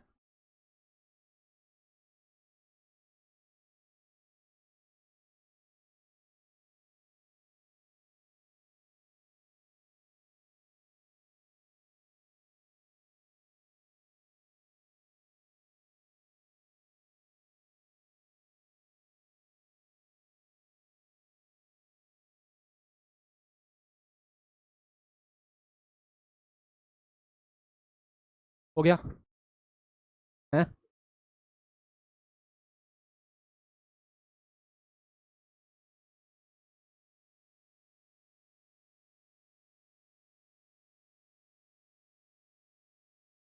पढ़ लिए, हो गया पढ़ के। हाँ, चलिए।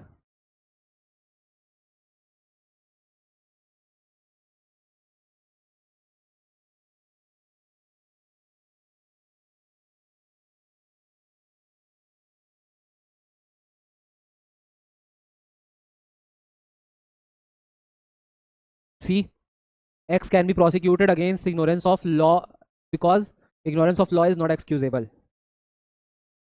ओके, और भाई आपका, आपका क्या नाम है इनका? हाँ, आपका भी है सी। हाँ, कहीं भी होगा, जहाँ पे भी उसने लैंड किया है वहाँ के लॉ से उसको कंफर्म करना होगा। यहाँ पे मुंबई आया है, बॉम्बे, और वहाँ पे 24 नवंबर 2014 को क्या है भाई नोटिफिकेशन गवर्नमेंट का, उसने एग्जेम्पशन को मॉडिफाई किया है। गवर्नमेंट ऑर्डर देखिए, है ना।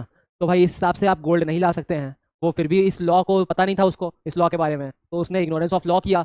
यही वो कोई इग्नोरेंस ऑफ फैक्ट करता तो पनिशमेंट नहीं होती, पर ignorance of law is not exempted. ठीक है, आपको लॉ पता होना ही चाहिए। ठीक है, इग्नोरेंस ऑफ फैक्ट मतलब पुलिस वाला गया किसी दूसरे पर्सन को अरेस्ट कर लिया। ठीक है, ए को अरेस्ट करना था, वो गलती से बी को अरेस्ट कर लिया, this is ignorance of fact. ठीक है, बट इग्नोरेंस ऑफ लॉ मतलब कि भाई आप बिना वारंट के अरेस्ट करने पहुंच गए। ठीक है, जहां पे आपको वारंट चाहिए वहां पे आप वारंट लेके नहीं गए हो, that is against ignorance of law.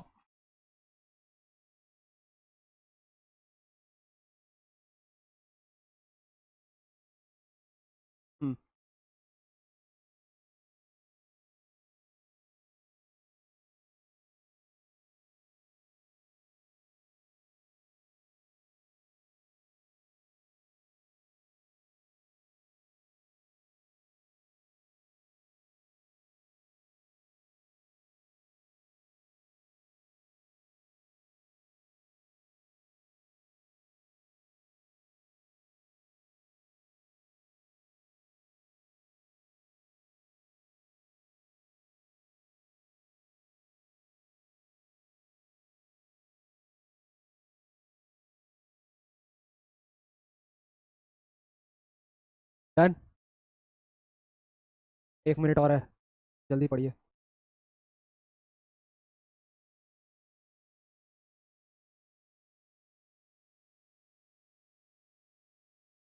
हो गया पढ़ के? ऑप्शन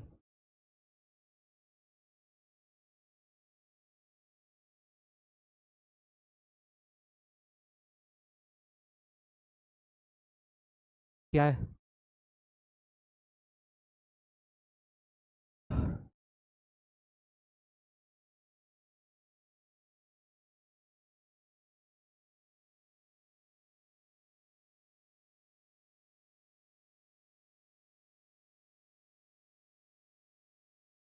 क्वेश्चन समझा? क्वेश्चन क्लियर है सबको? है? तो भाई यहाँ पे ये डिसाइड करना है कि थेफ्ट हुआ कि नहीं हुआ। तो भाई ये बताइए कि थेफ्ट के लिए सबसे पहला इंपॉर्टेंट कंडीशन है कि पोजेशन आपने कहीं से लिया हो किसी के बिना कंसेंट के। तो ये जो इनको कॉम्ब मिला है ये तो भाई प्रीवियस ओनर ने छोड़ के गया है। ठीक है, इसने कहीं से लिया नहीं है, किसी के कंसेंट के बिना उठाया नहीं है, प्रीवियस कंसेंट ने उस फ्लैट में छोड़ के गया है। ठीक है, और क्या लिखा है कि भाई इसको पता भी अब नहीं है कि ये किसको लौटाए। ये तो फ्लैट खरीदा है, प्रीवियस ओनर कौन है इसको पता भी नहीं है, तो ये लौटा भी नहीं सकता है, इसलिए इसने डिसाइड किया कि ये यूज़ कर लेगा। ठीक है, तो भाई थेफ्ट तो नहीं होगा। ठीक है, इसने चोरी नहीं करी है, समझ में आ रही है बात? Clear case, not theft. तो भाई लाइबल लाइबल तो ये दोनों नहीं होगा। ये दोनों देख लेते हैं। अब बताइए बी और डी में कुछ क्लैरिटी आ रहा है? बी ऑप्शन, बी ऑप्शन हो सकता है। डी क्या है? आज Raza is not liable as he was confuse as to whom he should be returning the property to। तो ये नहीं होगा, रीजनिंग सही नहीं। इसकी रीजनिंग देखते हैं। Raza is not liable as he is not taken it away from anyone else's possession and there was no dishonest intention, this is the correct reasoning for proving anyone for not guilty of theft, right? चलिए B option is the correct option. 95।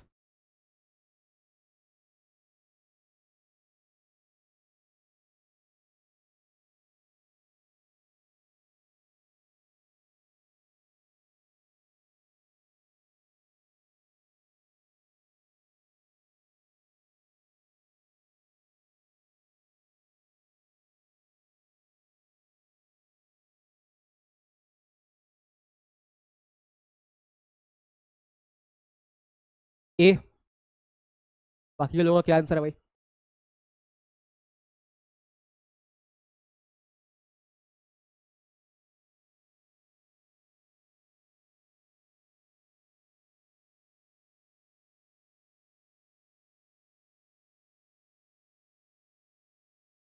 Answer निकालिए, 1 minute आ रहा हूँ।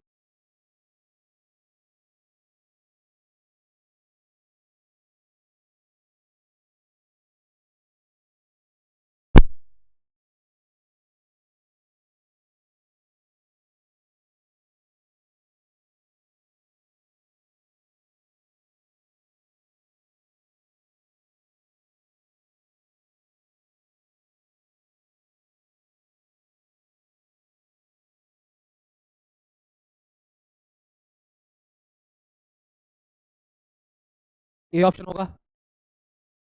यहाँ पे क्या हुआ है, A को कोई प्रॉमिसरी नोट मिला है जो कि जेड का है ना? यहाँ पे ए ने, ए को पता भी है कि वो जो डॉक्यूमेंट है वो जेड का है, स्टिल वो ले गया बैंक के पास और उसको प्लेस कर दिया for a security of against securing loan, ठीक है, लोन के लिए उसने वो डॉक्यूमेंट को दे दिया, लेकिन बाद में intending to restore it to Z at a future time, ठीक है, मतलब कि बाद में भले ही उसका देने का इंटेंशन रहा होगा, ठीक है, पर यहाँ पे उसने तो यूज़ कर लिया। अब उस उतने देर के लिए जेड तो भाई अपनी प्रॉपर्टी को यूज़ नहीं कर पा रहा है, तो भाई डिप्राइव किया जेड को उसने अपनी प्रॉपर्टी यूज़ करने से, बराबर है, यही केस है भाई। Yes, since he deprived Z from using his property and use it for his own use, A is the correct option.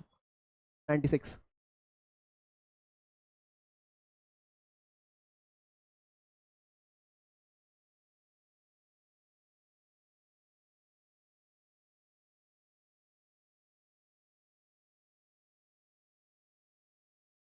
ये हो गया है, क्या है आंसर?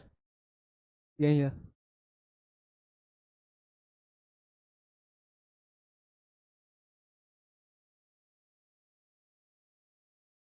बी। ए किसने बोला भाई? सेकंड। और डी किसका है? बराबर है भाई। ए और बी जो है went for shooting. A knows Z to be behind a bush, B does not know it, ठीक है, ए को पता है भाई कि जेड जो है वो इधर है, बुश के पीछे है। A induces B to fire at the bush, B kills and B fires and kills Z, has an offence has been committed. तो भाई यहाँ पे कल्पित होमसाइड का ऑफेंस कमिट किया गया, पर बी का ऑफेंस जो है यहाँ पे हम, क्योंकि ऑप्शन में दिया हुआ है B is not guilty of any offence, इसलिए हम ये कर देंगे कि भाई ठीक है, क्योंकि यहाँ पे हम ए की लाइबिलिटी पहले प्रूफ कर रहे हैं, ठीक है। 97। पहले जल्दी बताइए पट से।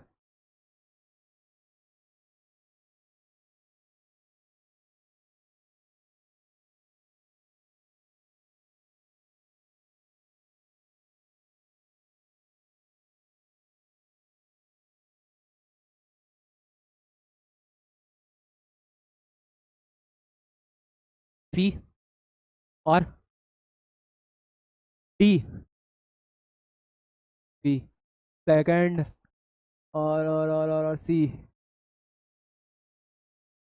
और भाई बाकी लोगों का आपका पीछे। फर्स्ट किडनैपिंग, और फिर A has taken him away from बीज लॉफुल कस्टडी।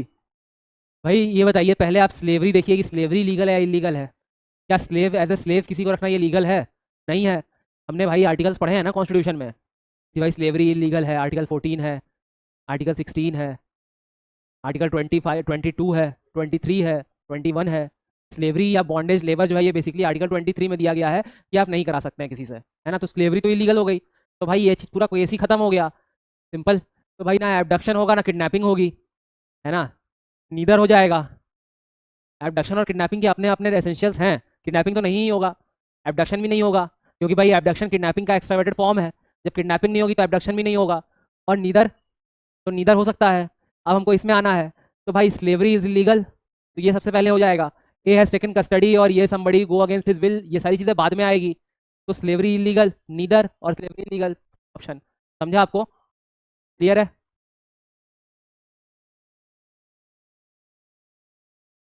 देखिए जो एबडक्शन है वो कंटिन्यूइंग ऑफेंस है, किडनैपिंग है वो वन टाइम ऑफेंस है, ठीक है, क्यों है भाई? मान लीजिए मैंने किसी चाइल्ड को से घर से किडनैप किया, तो हमने देखा कि भाई आप अगर किसी के लॉफुल गार्डियनशिप से पोजीशन से बाहर निकालते हैं, ठीक है, विदाउट दैट पर्सन कंसेंट, तो वो हम मानते हैं किडनैपिंग।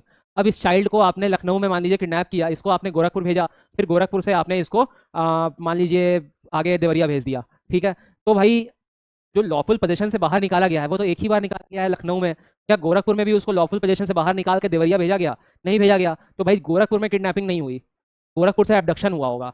पर किडनैपिंग जो है वो लखनऊ से हुई है, क्योंकि भाई पोजीशन से लखनऊ से निकाला गया है, तो इसलिए किडनैपिंग जो है वो एक बार ही होता है। एबडक्शन अब जहाँ जहाँ गोरखपुर से देवरिया भेजा गया, मान लीजिए देवरिया से सिद्धार्थनगर भेजा जाएगा, तो वहाँ पे भी एबडक्शन हुआ, तो यहाँ पे हम एबडक्शन बोलेंगे, it is a continuing offence, जहाँ जहाँ भी भेजा गया वो एबडक्शन होगा। पर पहली बार जो है जब लॉफुल पोजीशन से बाहर किया गया, so that is the case of kidnapping. समझा आपको? Kidnapping is not a continuing offence but abduction is a continuing offence, ठीक है जी। 98।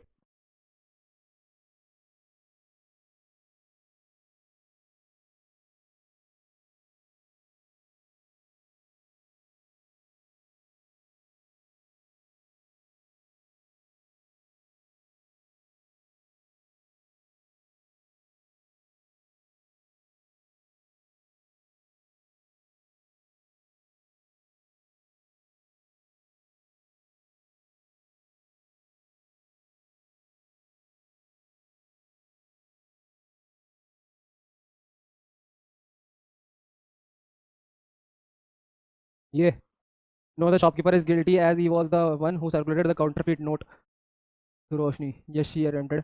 सी ऑप्शन, सी ऑप्शन करेक्ट होना चाहिए। देखिए यहाँ पे हमको ये इस गर्ल रोशनी की क्या लाइबिलिटी है, क्या नाम है इसका, रोशनी है, इसकी क्या लाइबिलिटी है वो डिसाइड करनी है, ठीक है। तो भाई चलिए, इसके पास जो काउंटरफीट नोट आया वो शॉपकीपर के थ्रू ही आया। अगर ये उस टाइम पे क्लेम करती तो शॉपकीपर जो हो वो उसको हम लायबल कर देते। पर इसने कोई क्लेम नहीं किया है, इसने क्या किया, ये इसको जाकर अगर रिटर्न भी करती, शॉपकीपर को बोलती कि भैया आपने मेरे को फेक नोट दिया है, तो भैया हम शॉपकीपर को लायबल कर देते हैं। पर इसने क्या किया, इसने होशियारी दिखाई, इसने सोचा कि चलो सामान खरीद लेती हूँ और इसका नोट इसको वापस कर देती हूँ, ठीक है। तो इसने खुद एक क्राइम कमिट किया, ठीक है। आप खुद क्राइम खुद जस्टिस नहीं कर सकते हो ना, और खुद जस्टिस करने के लिए आप क्राइम भी कमिट नहीं कर सकते हो। आपने काउंटरफिट करेंसी या तो छापा या उसको सर्कुलेट किया, ठीक है, या स्टोर किया, तो तीनों क्राइम है। आपने तो एक सर्कुलेशन का ही प्रोसेस किया आपने। अगर आप सर्कुलेट तब नहीं करते जब आपको पता नहीं होता। अगर आपको नहीं पता है कि भाई 1000 रुपीज़ का जो नोट है वो नकली है, ठीक है, और तब आप देते शॉपकीपर को, शॉपकीपर पकड़ लेता और आपको पुलिस पकड़ती, तो फिर हो सकता है कि नहीं पकड़ेगी पुलिस आपको, आप बच जाते, because you don't have the knowledge कि दैट नोट इज नकली, ठीक है। बट अभी आपको नॉलेज है कि वो नकली नोट है ना, और स्टिल आप कर रहे हो, मतलब कि इंटेंशन हो गया आपका सर्कुलेटिंग का, है ना, इसलिए आपको यहाँ पे हम पनिशमेंट दे देंगे। सी ऑप्शन हो जाएगा, yes she attempted to pass on a note which she knew was counterfeit, बराबर।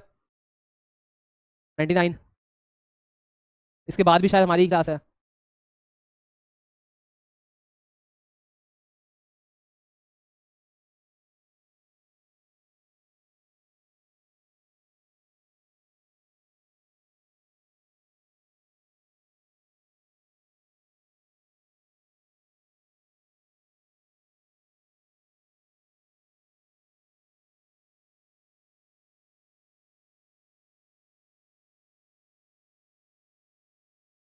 Done.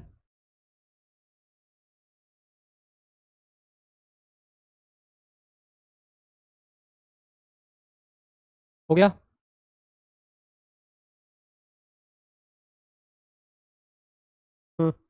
Options.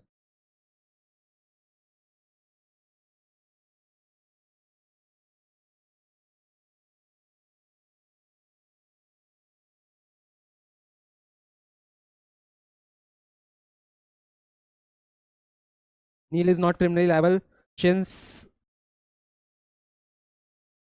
he had no intention to commit mischief। बाकी के ऑप्शन से भी थोड़ा गो थ्रू करिए।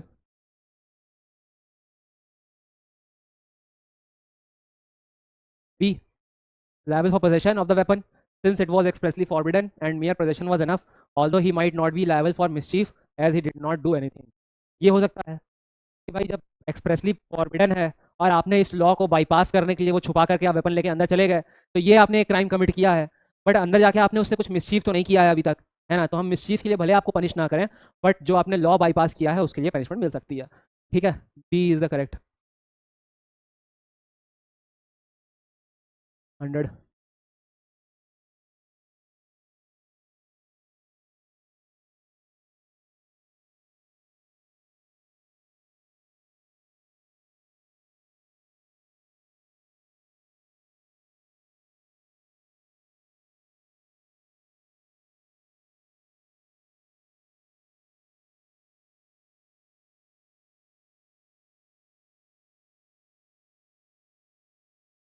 डन।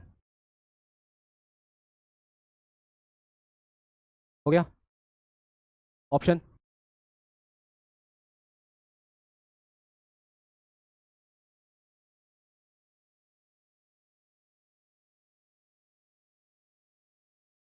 ये second, accused exceeded the right of private defence. और भाई और किसका।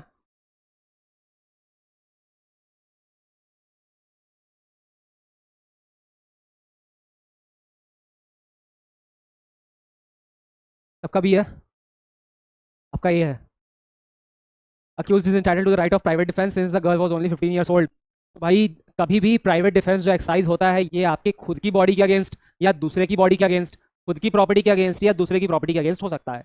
यहाँ पे क्या बोला गया कि भाई ये जो है प्रोसिक्यूशन ने क्या क्लेम किया, that sexual intercourse was with the consent of the daughter. पर डॉटर क्या है, 15 ईयर्स ऑफ एज है, तो इसके कंसेंट का कोई मतलब नहीं है ना। जब इसके कंसेंट का कोई मतलब नहीं है, दैट मीन्स कि भाई हम इसको एज अ क्या बोल सकते हैं, अटेम्प्ट टू रेप टाइप बोल सकते हैं कुछ, ठीक है। तो यहाँ पे अगर हुई है चीज़ें और डिसीज फादर ने भाई अटैक किया है, तो भाई फादर जो है प्राइवेट डिफेंस क्लेम कर सकता है। क्यों, मतलब उसको एक दूसरे की बॉडी भी रिस्क तो बचा सकता है ना। दूसरे की बॉडी को बचाने के लिए तो प्राइवेट डिफेंस क्लेम किया जा सकता है। तो he is saving her his daughter, right. समझ में आ रही है बात? वो अपने डॉटर को बचाने के लिए उसने प्राइवेट डिफेंस एक्सरसाइज की। समझ में आ रही है बात? और डॉटर का कंसेंट, कोई कंसेंट नहीं है यहाँ पे, कहीं ऐसा नहीं दिया है कि फोर्सफुल है या फिर विदाउट द कंसेंट है, ऐसा कुछ। ठीक है, क्योंकि एज फैक्टर दिया हुआ है 15 साल, इसलिए आपको मानना है कि कंसेंट नहीं होगा। ठीक है, अगर कंसेंट होगा भी तो हम उस कंसेंट को वैलिड कंसेंट नहीं मानेंगे। क्यों नहीं मानेंगे? Because the girl is minor. समझ में आ रही है बात? तो फादर जो है वो अपना प्राइवेट डिफेंस क्लेम कर सकता है। Accuse is entitled to claim the right to private defence. Done. ठीक है, आपको ब्रेक चाहिए कि कंटिन्यू रखें? ओके, चलिए आइए तो फिर हम यहाँ से 101 से करेंगे।